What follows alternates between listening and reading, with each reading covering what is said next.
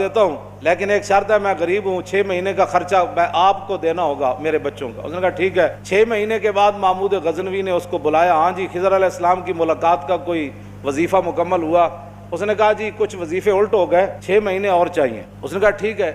سال کے بعد اس کو پھر حضرت محمود غزنوی بلایا، فرمایا ہاں جی خضر علیہ السلام نہ کوئی میری ملاقات کا امکان پیدا ہویا، تسی وظیفے جو کر رہے ہو دریا دے کنارے۔ انہوں نے کہا جی میں کہاں، خضر علیہ السلام کہاں، میں نے تو آپ کے ساتھ جھوٹ بولا ہے، غریب آدمی تھا۔ تو محمود غزنوی کا مجلس لگی ہوئی تھی، ہزاروں لوگ موجود تھے، غوث بھی تھے، کتب بھی تھے، ابدال بھی تھے، محدث بھی تھے، مفسر بھی تھے۔ اس نے اپنے ایک وزیر کی طرف اشارہ کر کے کہا بتاؤ بھائی جو بادشاہ سے جھوٹ بولے اس کی کیا سزا ہے؟ وہ وزیر کہنے لگا کہ اس کو قتل کر دیا جائے۔ محمود غزنوی کے مجلس میں ایک نورانی چہرے والے بزرگ بیٹھے تھے، انہوں نے کہا بادشاہ سلامت، اس نے بالکل ٹھیک کہا۔